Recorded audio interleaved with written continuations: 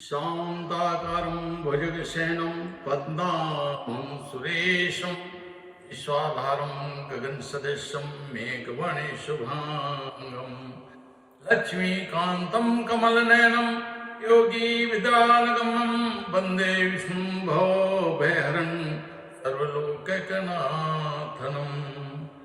भगवान श्री कृष्ण कहते हैं, इस प्रकार मनुष्य अपने वस्त्रों को त्याग कर नए वस्त्र धारण करता है, उसी प्रकार आत्मा व्यर्थ शरीरों का त्याग करके नवीन शरीर का वो ग्रहण करती है। प्रत्येक व्यक्ति इस भौतिक शरीर रूपी रथ पर आरूढ़ है और बुद्धि इसका सारथी है, माल लगाम है तथा इंद्रियां घोड़े हैं। इस प्रकार मंत्र तथा इंद्रियों को संगति से यह आत्मा सुख या दुख का भोगता है। संसार के सारे भौतिक कार्य कलाप प्रकृति के तीनों गुणों के अधीन संपन्न होते हैं। यदि प्रकृति के तीन गुण परमेश्वर कृष्ण से उद्भूत है, फिर भी भगवान कृष्ण उनके अधीन नहीं होते हैं। भगवान श्री कृष्ण कहते हैं, कम बुद्धि वाले व्यक्ति देवताओं से अनुग्रह पाने की आशा करते हैं और ऐसी वस्तुएं प्राप्त करते हैं जो अस्थायी होती हैं और मृत्यु के समय समाप्त हो जाती हैं। वास्तव में ये सारे लाभ भगवान द्वारा ही प्रदान किए जाते हैं। योगेश्वर कहते हैं, योग में सिद्ध योगी अपने शरीर को त्यागने के स्थान तथा समय की व्यवस्था कर सकते हैं। अन्य मनुष्यों को इस पर कोई वश नहीं होता है।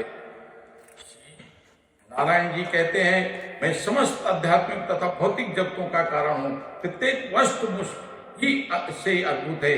जो बुद्धिमान ये भली भांति जानते हैं, वो मेरी प्रेम भक्ति में लगते हैं तथा हृदय से पूरी तरह मेरी पूजा में तत्पर होते हैं।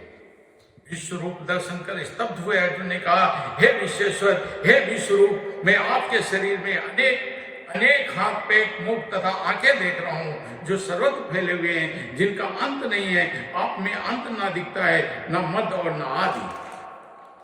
भौतिक जगत रूपी वृक्ष आध्यात्मिक जगत रूपी वास्तविक वृक्ष का प्रतिबिंब मात्र है। इस भौतिक जगत रूपी वृक्ष में आसक्त रहने वाले मनुष्य की मुक्ति की कोई संभावना नहीं होती, लेकिन जो मनुष्य आध्यात्मिक जगत रूपी वृक्ष को समझ लेता है, उन्नति कर सकता है। मृत्यु के समय जीव द्वारा विकसित की गई चेतना उसे दूसरे शरीर में ले जाती है। श्री योगेश्वर कहते हैं, यदि जीव ने अपनी चेतना पशु जैसी बना रखी है तो उसे पशु का शरीर प्राप्त होना निश्चित है। मैं प्रत्येक जीव के हृदय में आसीन हूँ और मुझसे ही स्मृति ज्ञान तथा विस्मृति होती है। मैं ही वेदों के द्वारा जाने योग्य हूँ। निसंदेह मैं वेदांत संकलन करता तथा समस्त वेदों को जानने वाला हूँ। भगवान योगेश्वर कहते हैं, सदैव मेरा चिंतन करो, मेरे भक्त बनो, मेरी पूजा करो और मुझे नमस्कार करो। इस प्रकार तुम निश्चित रूप से मेरे पास पाओगे। तुम्हें वचन देता हूँ, क्योंकि तुम मेरे परम प्रिय मित्र हो। संभव नहीं है, परंतु इसकी आवश्यकता भी नहीं है।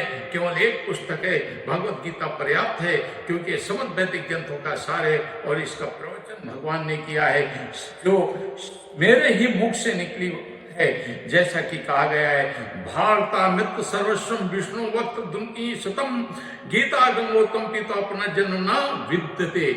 जो गंगा जल पीता है वो मुक्ति प्राप्त करता है, अतः उसके लिए क्या कहा जाए। जो भगवत गीता का अमृत पान करता है, जो भगवत गीता महाभारत का अमृत है और इसे भगवान कृष्ण ने स्वयं सुनाया है। भगवत गीता भगवान के मुख से निकली है और गंगा भगवान के चरण कमलों से निकली है। निसंदेह भगवान के मुख तथा चरणों में कोई अंतर नहीं है, लेकिन निष्पक्ष अध्ययन से हम पाएंगे कि श्री भगवत गीता गंगा जल की अपेक्षा अधिक महत्वपूर्ण है। जय श्री कृष्ण।